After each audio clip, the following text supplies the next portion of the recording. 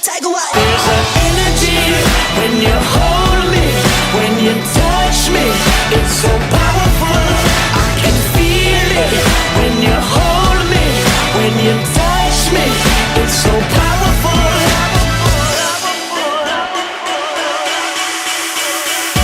Dnešné video bude prvé s tematikou Back to School, budú to recepty a konkrétne to budú 3 raňajky a 2 desiaty, ktoré si môžete do školy vziať a samozrejme to budú také zdravšie varianty, tak sa poďme rovno na to pozrieť.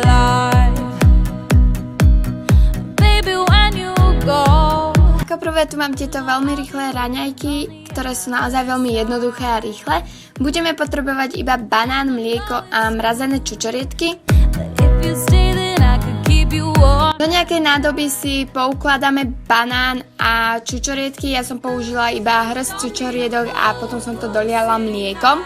Samozrejme môžete použiť aj mandlové mlieko.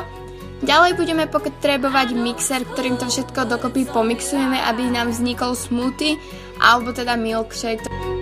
Ja mám tieto raňajky rada hlavne vtedy, keď nestíham a nemám chuť ani nejak veľmi jesť, tak si spravím práve tento drink a je to jednoduché, rýchle a naozaj mi to vtedy ráno stačí. Oh, I could feel the beating of your heartache drum. Druhé tu mám slané raňajky, budeme potrebovať krajec chlebíka, môžete použiť nejaký celozrnný pohár a vajíčko. Pohárom do toho chlebíka urobíme dieru. Dávajte si pozor na to, aby ten pohár nebol väčší ako je ten chlebík, pretože by to potom dopadlo naozaj veľmi zle. A urobíte tam jednoducho iba tú dieru, dáte to na pekáč a dáte do toho vajíčko a ono sa to spolu všetko upečie. Potom to už len naservírujete na tanier spolu s nejakým zeleninovým šalátom a máte urobené raňajky.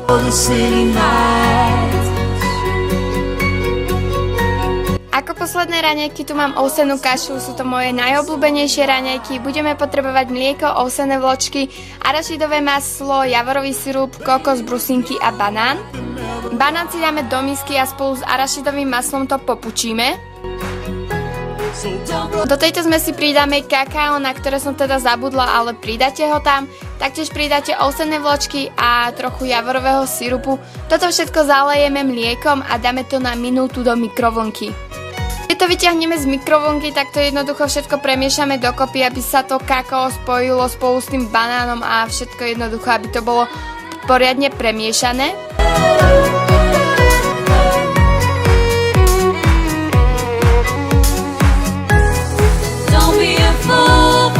Teraz to už dozdobím na vrchu iba brusinkami a kokosom. Hey, I know it's cool, but it's only Prechádzame na desiatu a je to naozaj veľmi jednoduché. Budeme potrebovať jablko, takýto mix orieškov a arašidové maslo.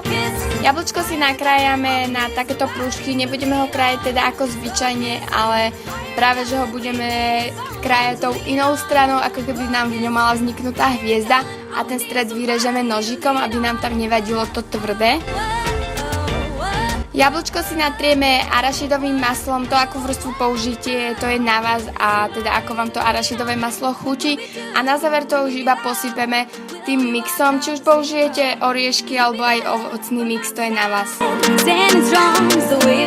Posledný recept na dneska, aj keď sa to nedá veľmi nazývať receptom, budeme potrebovať cottage sír a paradajky. Ja som použila domáce paradajky z balkónu. Ďalej budeme potrebovať korenie a sol a taktiež nejaké krekry. Paradajky pokrájame a dochutíme korením a solou a potom do toho dáme cottage sír a spolu to premiešame.